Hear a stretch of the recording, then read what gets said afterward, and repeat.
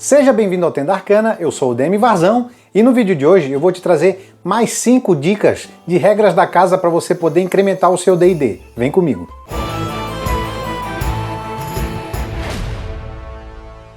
Já vai deixando o seu like nesse vídeo e não se esqueça de se inscrever no nosso canal. Marque o sininho das notificações para ficar sabendo sempre que tiver conteúdo novo por aqui. Na descrição eu estou deixando o nosso link da Amazon com diversas ofertas de RPG. Dá uma passadinha por ali, porque você comprando qualquer coisa por esse nosso link, você ajuda demais o nosso canal. Eu agradeço a sua ajuda. Há um tempo atrás eu já trouxe um outro vídeo com algumas regras da casa que vão te ajudar a incrementar o seu D&D. E hoje eu estou trazendo mais algumas. Então são mais 5 regras para você poder colocar nas suas aventuras de RPG. Mas se caso você não viu o primeiro vídeo ainda, eu vou deixar o link aqui no card para você poder conferir ele. Essas regras, elas visam melhorar a dinâmica do jogo, muitas vezes até deixar a partida mais ágil e muito mais divertida. E essas regras da casa que eu estou trazendo nesse vídeo, algumas até eu já utilizo, mas a maioria delas eu encontrei vasculhando a internet e achei muita coisa bacana. Então eu trouxe aqui para você poder ter acesso a essas ideias também. E a primeira delas é a rolagem crítica fora de combate. E aqui eu digo tanto acerto crítico quanto falha crítica. De que maneira? Muitos grupos deixam as rolagens críticas, os acertos críticos principalmente, somente para o momento de combate, como é a regra principal do D&D. Mas no nosso grupo, o que a gente costuma fazer é, sempre que se tem um crítico, seja positivo ou negativo, ele trará algum tipo de ação. De que maneira? Fora do combate, sempre que o jogador vai fazer um teste e ele tira um 20, ele vai ter automaticamente sucesso naquela tarefa. Seja uma tarefa de investigação, seja uma tarefa que exija força ou qualquer outra coisa, se ele tirou 20 é automático o acerto. Mas dependendo de como for a situação, eu posso, por exemplo, se ele está investigando, colocar uma casquinha a mais de informação do que ele teria simplesmente. Vamos supor que um ladrão está tentando arrombar uma fechadura. Ele tirou 20, certo? Não só ele conseguiu abrir, como ele não provocou nenhum dano nela. Então se alguém for olhar aquela fechadura depois, ela está completamente perfeita. Então ninguém vai saber que o ladrão passou por ali.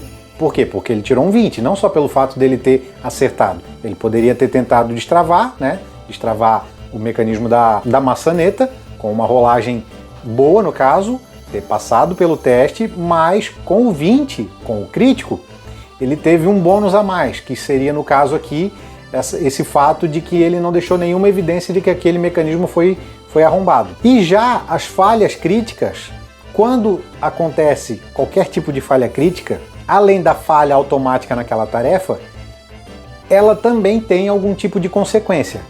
Por exemplo, mesma coisa do ladrão aqui. Vamos supor que o ladrão está utilizando uma ferramenta única dele, para ele conseguir arrombar aquela porta. E ele tirou 1. Além dele não conseguir arrombar a porta, a ferramenta dele pode quebrar, e ele não tem mais essa ferramenta. Ou, como às vezes acontece muito no nosso jogo, aquela ferramenta ela vai causar algum tipo de dano permanente em alguém do grupo, ou até mesmo no próprio personagem que estava executando a tarefa. Por causa dessas falhas críticas, o nosso grupo acabou tendo várias situações inusitadas, muitas vezes engraçadas, acabaram acontecendo com o nosso grupo. Tem um personagem que vocês inclusive já viram o jogador dele, que é o Rogério, que ele está nessa nossa aventura que a gente está jogando. Ele tira muito, tanto os críticos negativos quanto positivos. E ele tinha um personagem há um tempo atrás, que por causa das falhas críticas, o personagem dele já não tinha um olho, não tinha um pedaço do pé e não tinha um braço, por causa dessas situações que a falha crítica proporcionava. Então utilize a falha crítica e o acerto crítico mesmo fora de combate. Eu tenho certeza que ele trará várias situações inusitadas para sua mesa. Ainda pensando nessa questão da falha crítica, um bônus que eu te dou aqui, dentro da mesma dica, digamos assim, é quando acontecer uma rolagem negativa, um crítico negativo durante o combate, agora falando, também dê consequências para isso. Por exemplo, um arqueiro, um ranger, ele está atirando uma flecha num inimigo que está próximo a um aliado dele. Mas ele tirou 1 na rolagem. Ele acerta então o aliado dele e ele vai rolar o dano porque o aliado levou uma flechada. Ou muitas vezes, dependendo do que está acontecendo no combate, a coisa pode ficar ainda pior. Nas nossas mesas já aconteceram, por exemplo, de corda de arco arrebentar durante o combate, de espada quebrar durante o combate, do meu personagem, por exemplo, uma vez morder a própria língua e ficar meses sem conseguir falar, Também com o meu personagem, durante um combate, ele perdeu um pedaço do pé. Tudo isso por causa de falhas críticas. Então, quando acontecer uma rolagem crítica, tenta dar uma incrementada nela, para que ela tenha mais peso no jogo. Sejam as falhas críticas e os acertos críticos. E no caso dos acertos críticos, você pode colocar que o personagem que desferiu o acerto crítico deu um golpe tão bem sucedido que aquela pessoa que recebeu um ataque crítico ficou com uma marca permanente, um tipo de cicatriz. Por exemplo, se um inimigo acerta um crítico num personagem, ele pode ficar com uma cicatriz permanente no rosto. Esse tipo de coisa, isso vai trazer mais peso para esse tipo de rolagem. A segunda regra da casa que eu trago para você é o uso do calendário. De que maneira você pode utilizar o calendário? Você pode fazer numa folha, numa tabelinha de Excel ou coisa do tipo, 12 grupos de 30 células, né, de 30 quadrados, e esses quadrados são os dias. E nesse caso aqui você não precisa utilizar dia da semana. Utiliza do primeiro dia ao 30º dia de cada mês, né? E nesse calendário, durante o jogo, durante a passagem da sua campanha, você vai marcando nele sempre que o tempo for avançando. E sempre que passar mais de um ano, você renova esse calendário. Como não tem dia da semana, você pode simplesmente utilizar o mesmo calendário outra vez. E nesse calendário você pode colocar algumas coisas pré-estabelecidas já, por exemplo, as datas festivas de um povoado, o começo das estações do ano, as colheitas, os momentos de colheita para cada local, festividades que acontecem nas cidades. Até mesmo, se você quiser se programar com condições climáticas, você pode utilizar essa tabelinha do calendário. E durante a partida, vamos supor que o grupo jogou 3 dias, né? Então você anota nessa folha, né? nesse seu calendário, para que tenha uma progressão de tempo de verdade. E isso vai dar a sensação de que o tempo realmente está passando. Você pode, por exemplo, inclusive, colocar um deadline para determinadas missões do grupo. Eles precisam salvar um determinado NPC até dia tal de tal mês. Caso contrário, esse NPC pode morrer. Então o uso do calendário ele é bem versátil. E ele é ideal para quando você está começando uma nova campanha. A terceira dica é muito próxima a essa do calendário.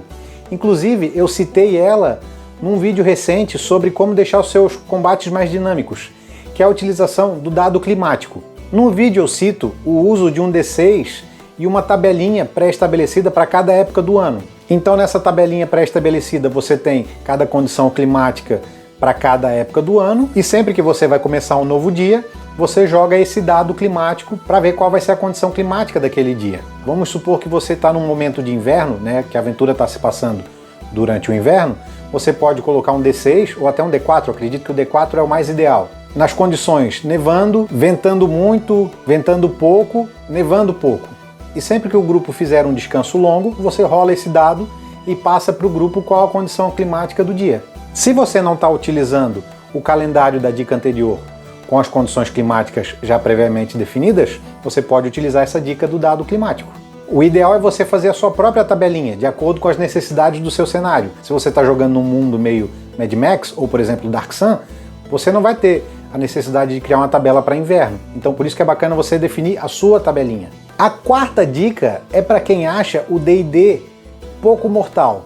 E qual é essa dica?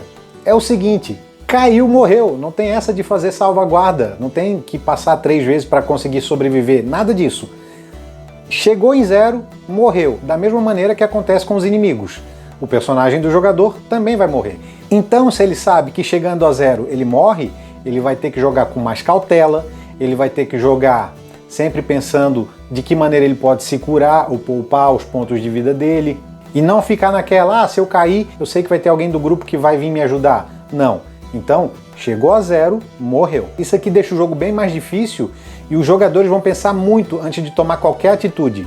E por último, uma dica bem simples, que é tomar uma poção utiliza apenas a sua ação bônus. Diferente do padrão do jogo, que você toma a poção e gasta toda a sua ação nela para poder tomar essa poção, aqui não. Aqui você utiliza somente a sua ação bônus e você vai poder continuar atuando no seu turno. Então você ainda vai ter sua ação principal e você pode, por exemplo, atacar um inimigo que está mais próximo de você ou coisa do tipo. Porque convenhamos, tomar uma poção, principalmente uma poção pequena, não te toma tanto tempo assim. Então eu acho que fica bem mais prático dessa maneira. Bom, esse foi o nosso vídeo de hoje, espero que você tenha gostado das nossas novas dicas de regras da casa. Se você tem alguma outra regra opcional, deixa nos comentários para a gente poder ver e para a galera também poder usar essa regra. Não se esqueça de curtir esse vídeo e compartilhar ele com seus amigos. Eu vou ficando por aqui, até mais!